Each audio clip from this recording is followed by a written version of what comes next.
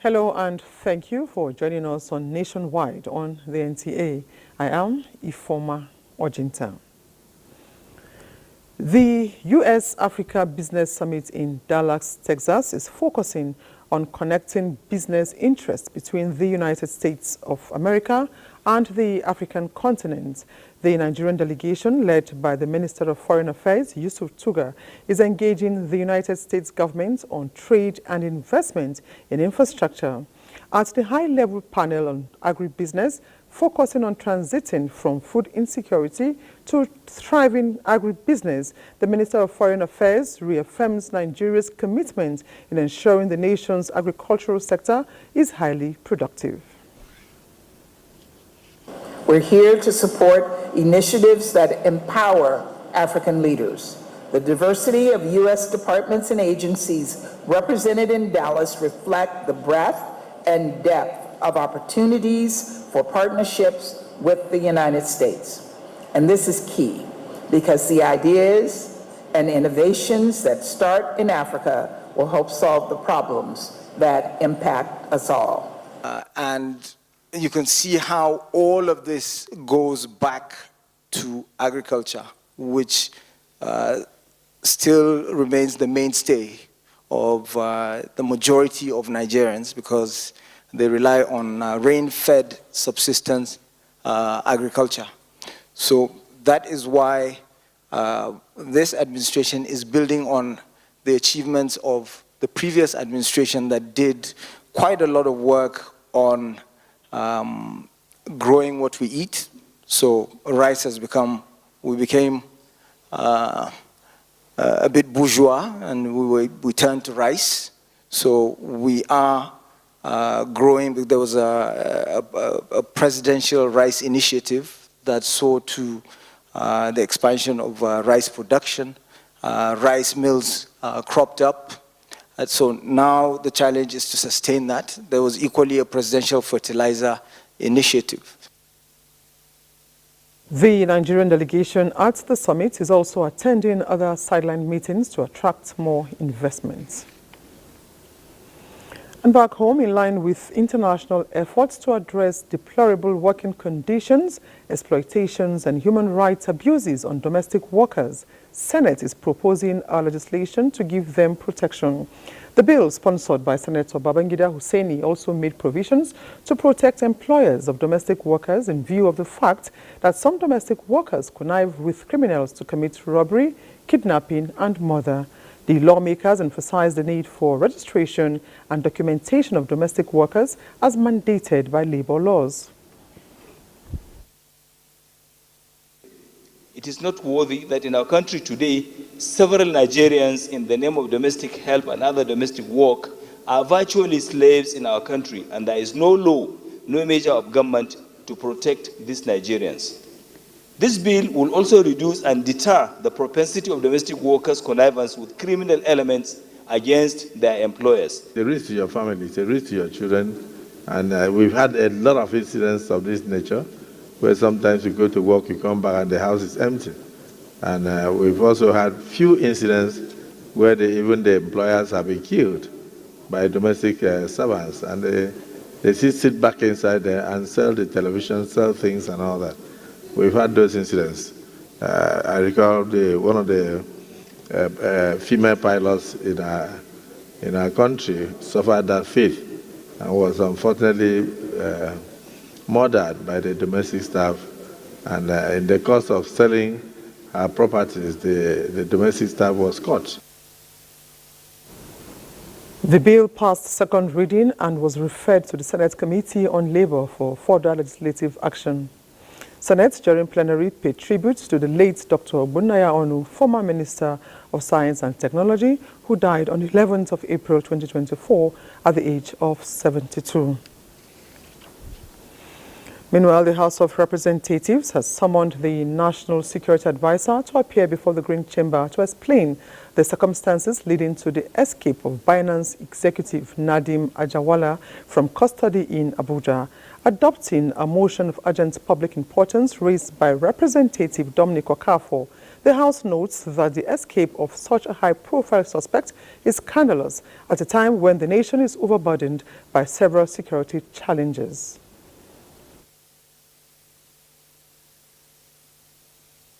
Concerned that persons suspected to have committed such atrocious crimes against the state of Nigeria, with already overburdened security challenges, were kept in a guest house in Abuja instead of lawful custody of the Department of State Service or any other approved custodial facility. Further worried that the escape of the Binance executive from the office of the National Security Advisor using a smuggled passport is, to say the least, most disappointing, embarrassing, and disturbing as it portrays the porosity of the security architecture of the country to the world. This motion is referred to the Committees on Financial Crimes, National Security and Intelligence, Interior, and Police. The House also mandated the Office of the National Security Advisor to hand over the investigation of its staff involved in the security breach to the Department of State Services, stressing that the Office of the NSA cannot be a judge in its own case. And to achieve international best practices in legislative drafting, the National Institute for Legislative and Democratic Studies has engaged legal officers and drafters in the State Houses of Assembly on a 3-day capacity building on legislative drafting technique. Muhammad Rabiu Ali reports.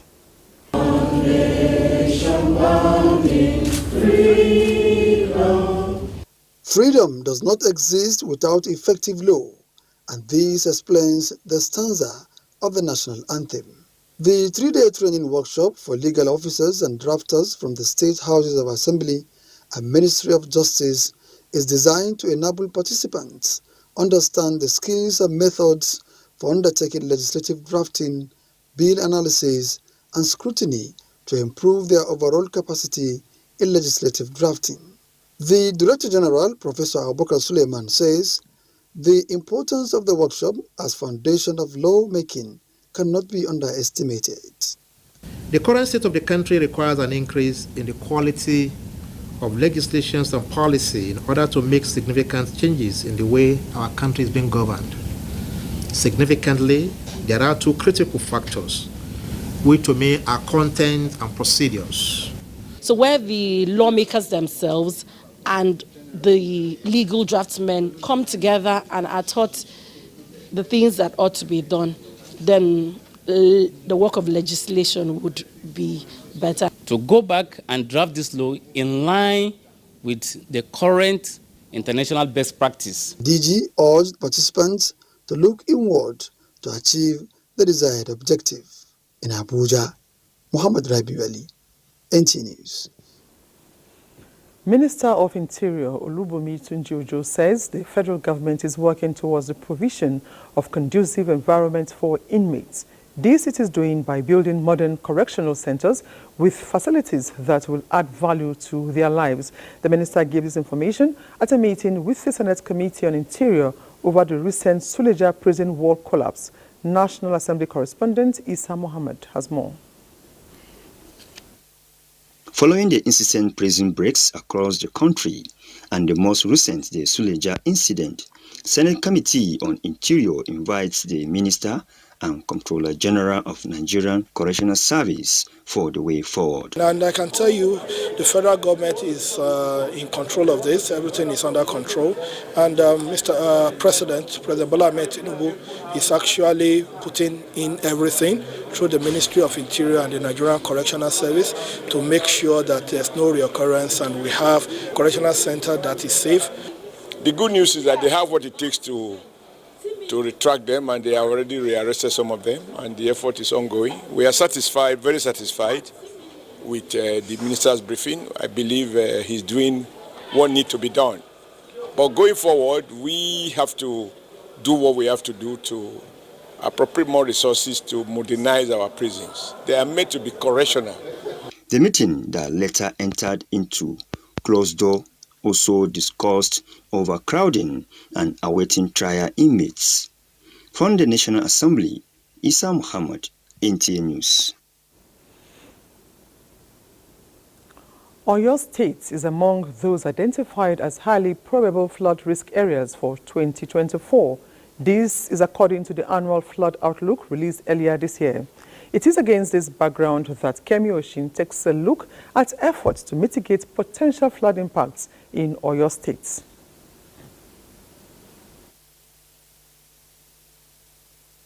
With notable history of flooding spanning over 4 decades, Oyo State has recorded several flood events from the experience of 1933, 1980 to that of August 2011, which claimed many lives and property. Oyo State government has since put in place measures to develop long-term framework for the management of flood. Right now, we are doing the channelization of Ono River. If you remember clearly, it was the Ono River that got flooded in 2011 that killed a lot of people. Right now, the channelization of Ugbere River is about 60% done. Agodi stream is 85% done. Orogun is about 70% done. Kudeti is about 50% done. The 2024 annual flood outlook has also projected that Oyo State may experience late onset of rainfall. Structural measures to prevent flood are expected to have been completed by June this year, when the rains will be intense. We have sensors in all the streams and rivers in Ibadan, and those sensors send readings to us every 1 hour, telling us about the level of the water. The warning signals are expected to mitigate the impact of flooding on the people, livelihood, and environment. In Ibadan, Kemi Oshin, NTA News.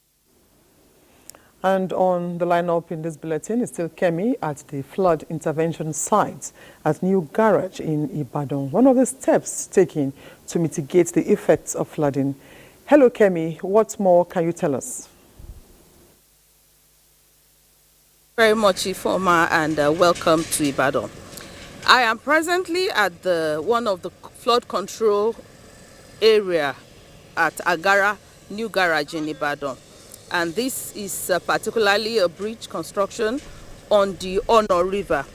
The Ono River, if you will allow me to tell you, that Ibadan has a significant and a peculiar history of flooding, and that spanned over 4 decades, like you heard in the report. In the course of my research ahead of this, I found out that the major of this flood episodes and events was that of 2011, where the Ono River overflowed its bank, leading to the partial failure of the Eleyele Dam. And this led to the colossal loss of lives of residents of Ibadan, as well as their livelihood. And since then, the state government has spun into action to find lasting ways to solve the issue of flooding, which led to the reconstruction of a number of dams and bridges. Like you heard in the report, I spoke earlier before now with the project coordinator of the Ibadan Urban Flood Management Project, which is one of the projects put in place by the state government to control the issue of flood in Ibadan. And they have been working assiduously on the issue of flooding by way of construction and reconstruction, dam dredging, and a number of other things, channelization, drainages, and others. And IUFMP has done a lot of work in this area.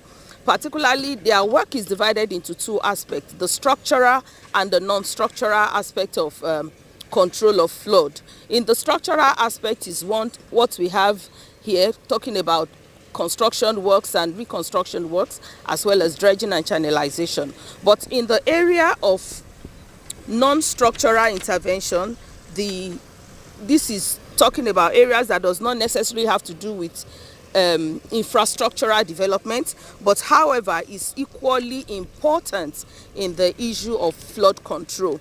One of which is where they are working with the projection of the annual projection on rainfall and flood pattern, which has led to some of the actions they are taking.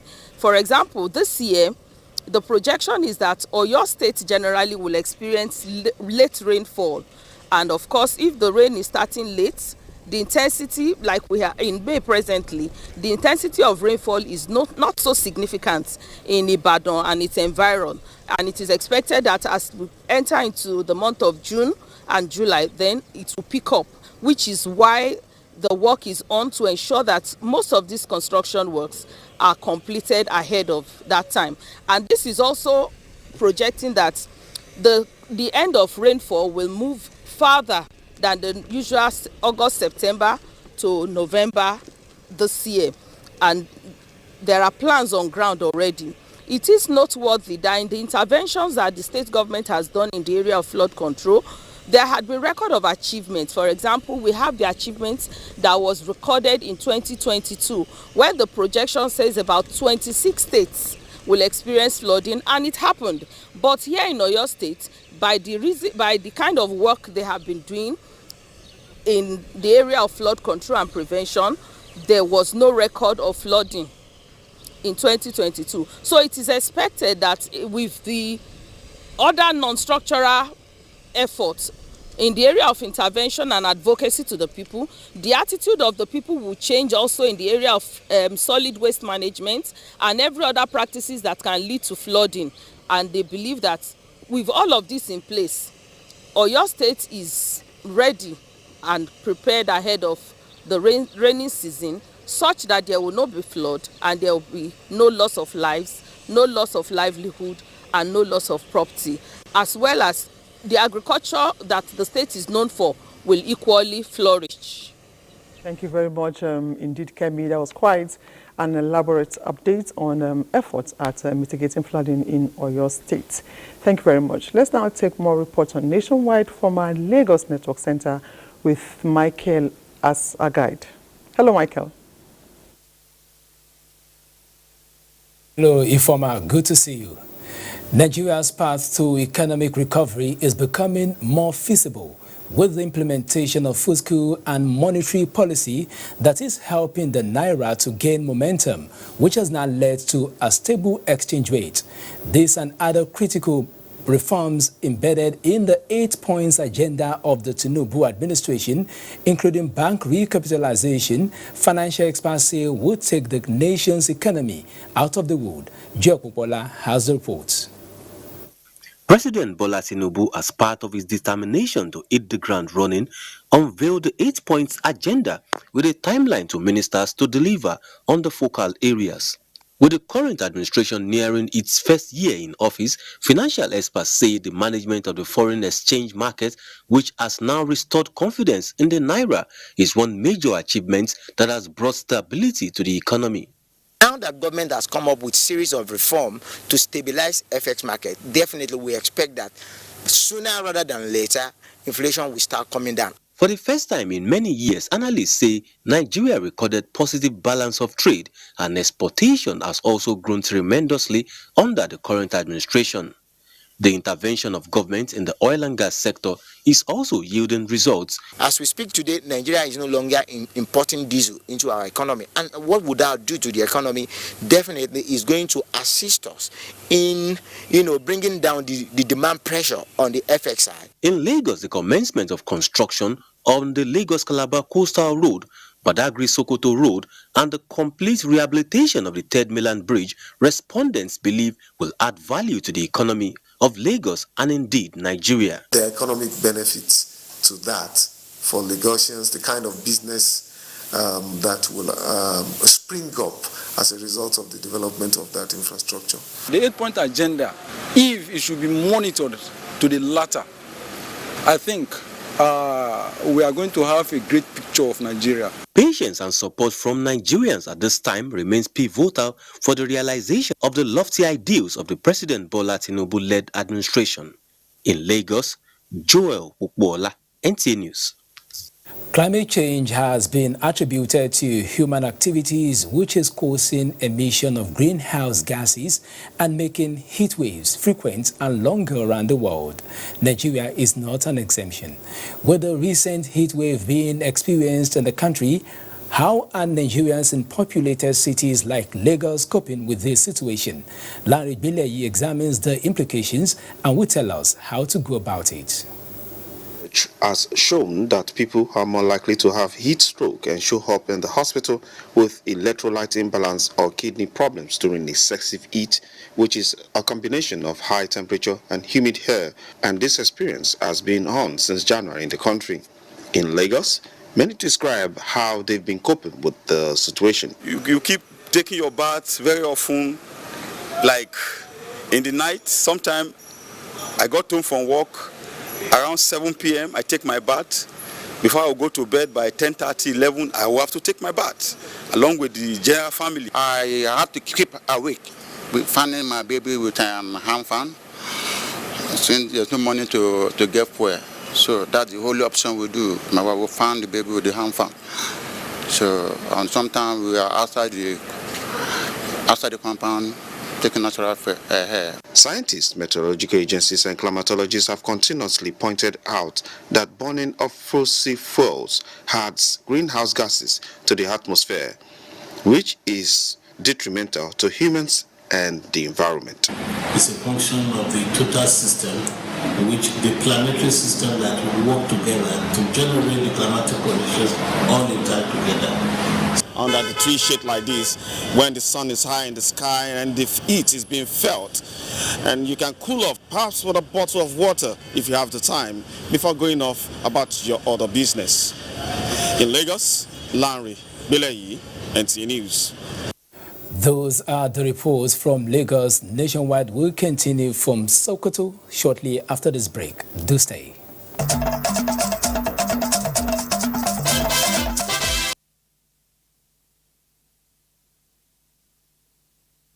Good evening and welcome to Sokoto on Nationwide. Journalists in the country have been asked to respect the ethics of the profession, prioritize patriotism and national unity in their reportage. The former Director General, National Broadcasting Commission, Nasir El-Adibao, gave the charge in a paper presented at a one-day seminar for editorial staff in media organizations in Sokoto State, organized by Hamid Development Consult, in collaboration with Daily Trust Foundation and Usman Danfodio University, Sokoto. Dalhata Abdullahi reports. It was a cream of editorial staff from various media organizations from across Sokoto State and students of mass communication Usman Danfodio University, Sokoto at the one-day seminar. The aim is to build the capacity of editorial staff of media organizations in Sokoto State and prospective journalists from the Department of Mass Communication, Usman Danfodio University, Sokoto. Well, our expectation is that people will now perform better. What they didn't know before, now they know.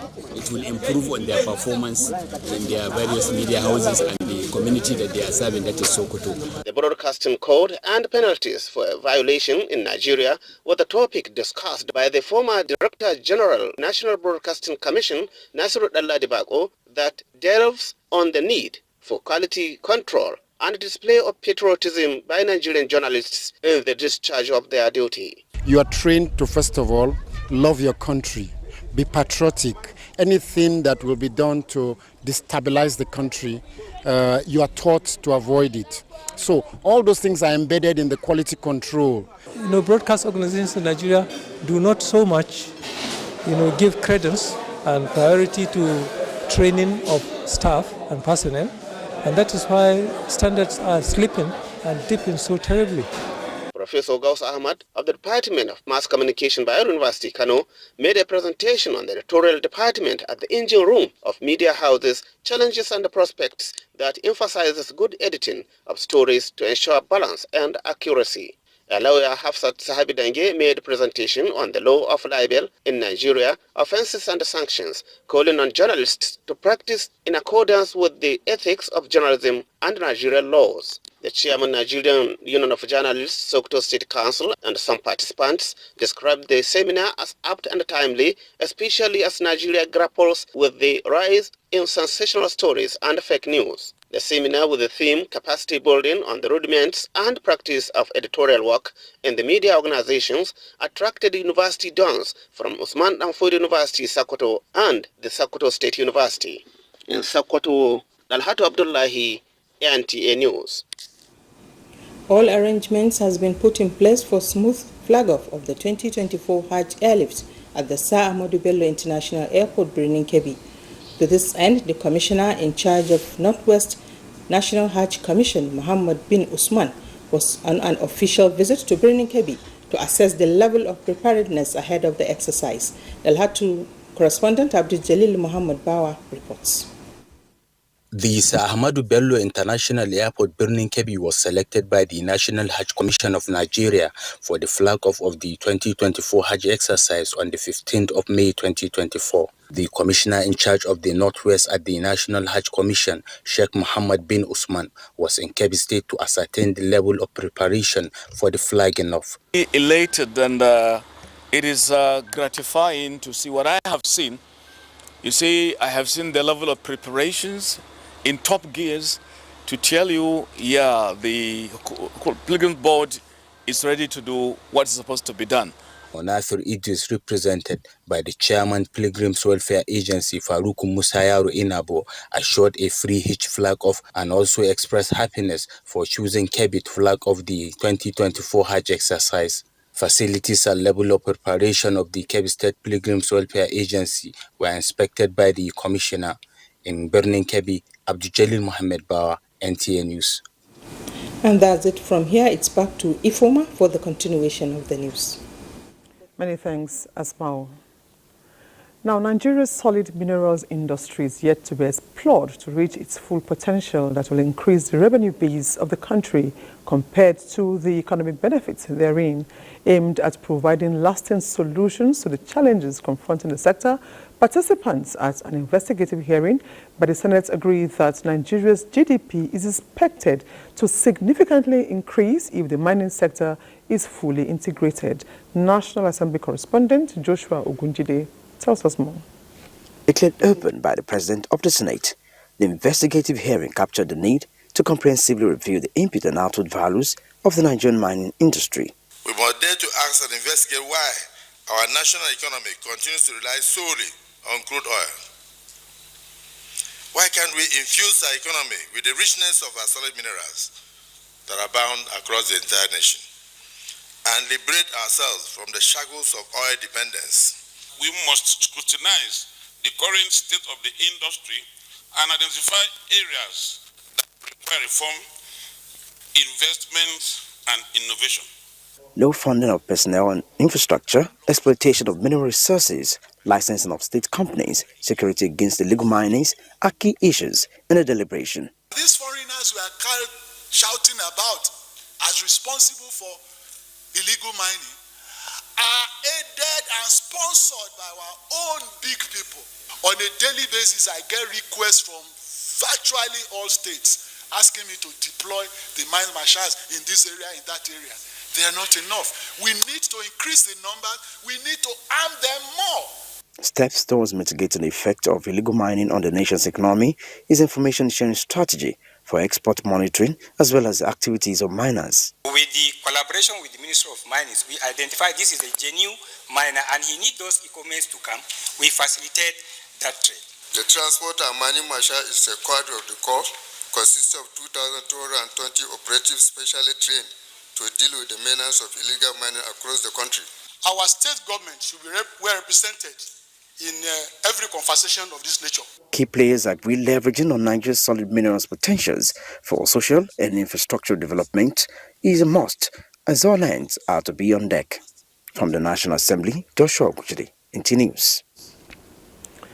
In a significant effort to combat sexual and gender-based violence in Nigeria, the National Agency for the Prohibition of Trafficking in Persons, NAPTIP, has put together a 3-day knowledge-building workshop for police officers. Amina Baba Suleiman reports that the workshop will empower gender desk officers and police prosecutors with necessary skills to handle such sensitive cases. Cases of sexual and gender-based violence have been on the increase in recent times. Records indicate that more than 25,000 cases of sexual and gender-based violence were recorded in the country between the year 2020 and 2023. Professor Fatima Waziri Azi, the Director General of NAPTIP, says police officers, especially gender desk officers, need continuous training to understand relevant laws, protocols, and investigative techniques to gather evidence to handle the legal aspect of such cases effectively. For us as an agency in NAPTIP, last year we received about 1,200, a little over 1,200 complaints. And top on the list was abandonment was number 1, spousal battery was number 2, inflicting physical injury, especially on children, was number 3. Then we had rape, number 4. This is a collaborative effort to ensure that it's not just kicking the can further down the road. It's that with the police, with institutions like NAPTIP, with the National Human Rights Commission, has been also helpful in this endeavor. NAPTIP partners are of the view that investing in training is essential in prosecuting and preventing further victimization and advancing justice for victims. So we have our gender desk officers and police prosecutors that are meant for this training, and the idea is to build their capacity to respond very effectively to cases of gender-based violence, to ensure that all victims or survivors of gender-based violence get the justice that they deserve. In 2022, the agency secured 4 convictions in the FCT and 1 rape conviction in Sokoto State, and recently secured 2 convictions in the FCT and 3 convictions in Sokoto. Amina Baba Suleiman, NTA News. You're watching Nationwide on the NTA. We take some messages, more reports when we return. Just stay.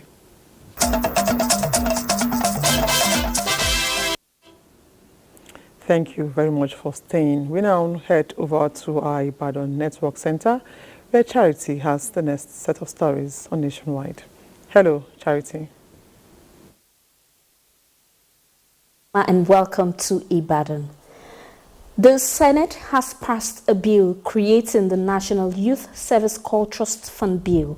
The Chairman House Committee on Youth and Community Engagement, Senator Yemi Adaramodu, made this known during an oversight function in NYSC camp, Iseyin, Oyo State. Lukman Hassan, who was there, tells us more. Senator Yemi Adaramodu, while speaking to the Corps members, explained that the purpose of the bill currently awaiting presidential assent will create a means for Corps members to access funds for their businesses. Senator Adaramodu, in company of the committee members, charged Corps members to prepare themselves to be good ambassadors of the country and always be ready to contribute their quota to nation building. We are even desirous in making sure that school syllabuses then conforms with the realities of the day, so that you will not have graduates that will not be functional. Oyo State NYSC coordinator Odoba Abel Oche noted that the trust fund is meant to provide funding for Corps members to make them self-reliant after they must have acquired skills during their 3 weeks orientation course in their various camps. Is to provide soft landing for them in terms of financing and funding of their program. If you are skilled, they'll give you money in that skill to see how you'll be self-employment, to contribute your quota to the accelerated development of Nigerian economy. The Corps members displayed their various skills, which they have undergone in their orientation course called Skills Acquisition and Entrepreneurship Development Program, SAID. In Ibadan, Lukman Hassan, NTA News. Meanwhile, the purpose of the criminal justice system is to protect society, punish offenders, rehabilitate criminals, prevent the commission of other crimes, and provide support for the victims. This was the crux of the discussion at the Nigerian Bar Association Ibadan Branch 2024 Professional Bar Dinner organized in honor of the Attorney General of the Federation. Grace Anyalike reports. The judiciary is critical in ensuring fair dispute resolution and social peace. But when the dispensation of justice is flawed, what then is the hope of the common man? This gathering of legal luminaries, though relaxed, sets the tone to change the narrative and build a justice system where holding the rule of law is the core, especially as they honor the Attorney General of the Federation. We may be adversaries in the courtroom, but we are united in our commitment to the principle of justice and the rule of law. Criminal justice is integral to the maintenance of social order. Efforts of everybody, we are all thinking. Gowns off, guards down, the guest of honor appreciated the gesture of the bar where he rose from. The way to assist the government is by, as much as possible, being objective, especially in the fight against corruption. With over 4 decades in the legal profession, the Attorney General of the Federation and Minister of Justice, Prince Lateef Fagbemi, is responsible for several monumental decisions, part of which is the recommendation of the unbundling and merger of law enforcement agencies such as the EFCC and the ICPC for enhanced efficiency. In Ibadan, Grace Anyoleke, NTA News. And those are the stories from Ibadan. It's back to Ifoma in Abuja for more reports on Nationwide. Many thanks, Charity. And to further strengthen collaboration, management of the NTA and the Federal Inland Revenue Service have agreed to renew their existing Memorandum of Understanding. Both organizations came to the agreement when the Broadcast Media Unit of the FIRS paid a visit on Director General NTA, Salihu Abdulhamid Dembos. Deborah Balagbobo reports. Federal Inland Revenue Service has in recent times continued to boost its services and raising non-oil generated revenue, mostly through taxes. The FIRS team, led by Director Communication Liaison Department, Abdullahi Ismail, informed the DG NTA that the service is determined to reactivate the partnership as its broadcast media unit is committed to scale up its public enlightenment activities. This is in the area of raising public awareness on tax obligations and services rendered by the FIRS, augmenting the nation's economy. This provides us with a good opportunity to relate with NTA. I know the relationship has been good.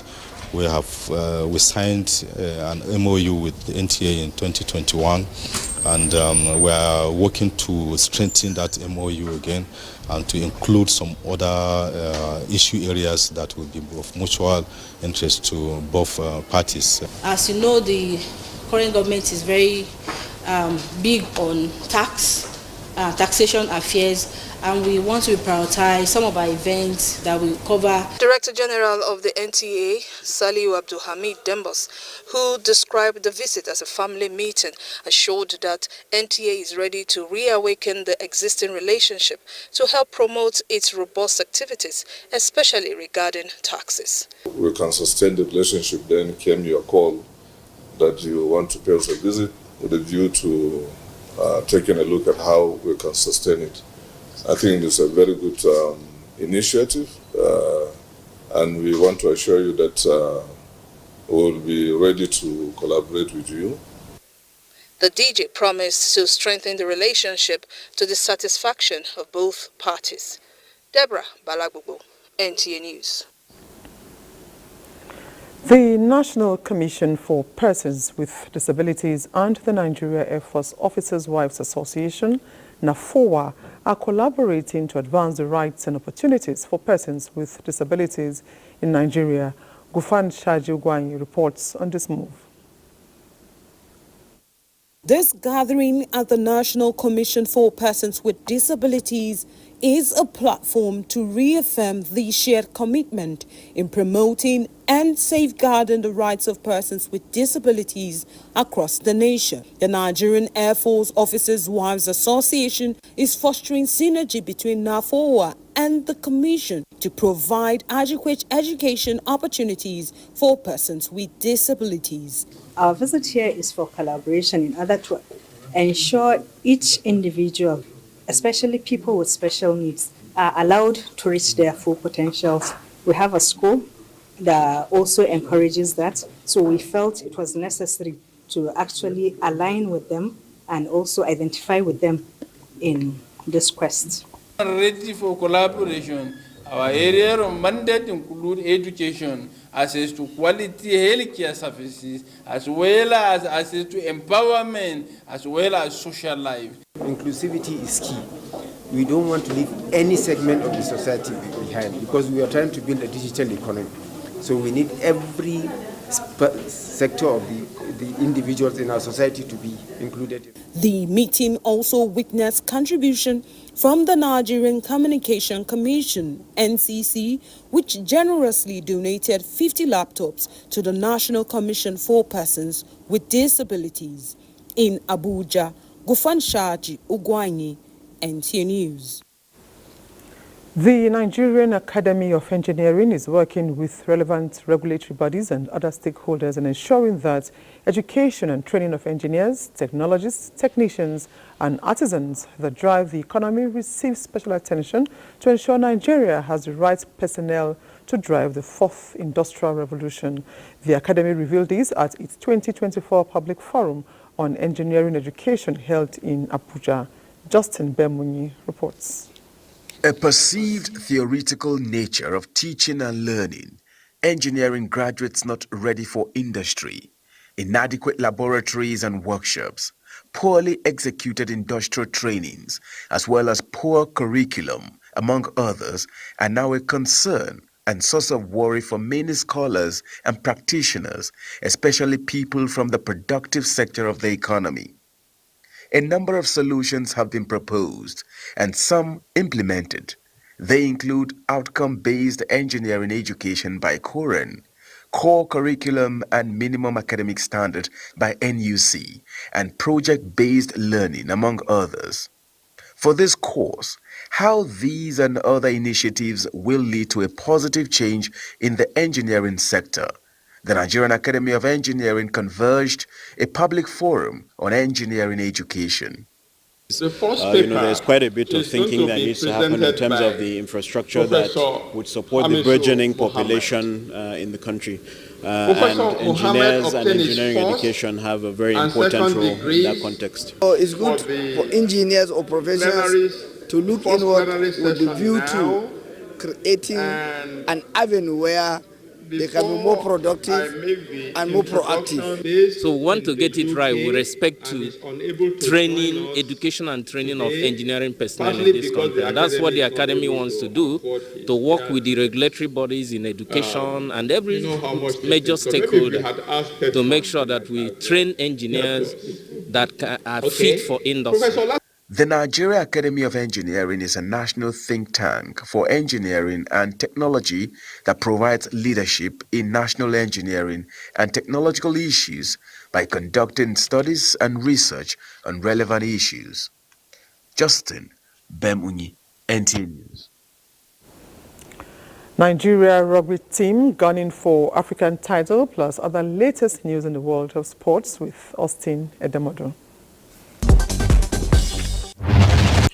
Ahead of the African Cup 7 Series 2024 in Mauritius, the Nigerian Rugby Federation says it will assemble both local and foreign players in due course for camping.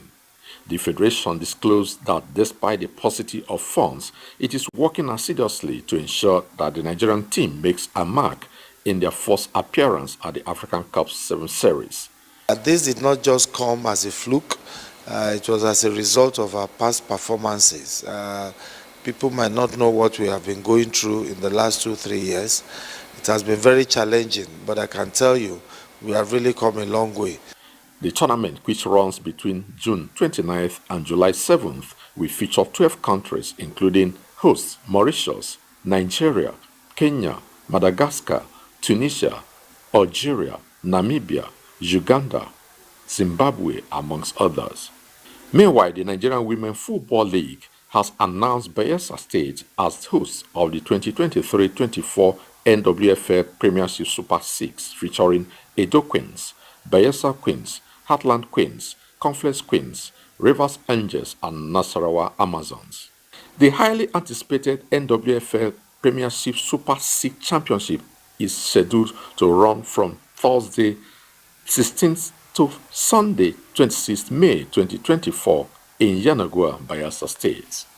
Kylian Mbappe's dream of lifting the UEFA Champions League with PSG before switching to Real Madrid was dashed on Tuesday as Borussia Dortmund did the double over the French giants 2-0 on aggregate to reach the final. However, the Dortmund camp is hoping to get their hands once again on the coveted trophy, the last one in 1997. If I have to find and pick one word, it's just a very proud moment for us. I'm very proud for my staff, for my team, for the club. And yeah, the dream is not over yet. Finally, in tennis, Andy Murray is set to return to action at the Geneva Open this month. The three-time Grand Slam champion has been given the white card for the clay court tournament in Switzerland, which begins on May 18th. With Sports Update, I'm Austin Edemodu, NTA News. And that concludes Nationwide for today. We thank you for being part of it. I am Ifoma Ojinta. Bye for now.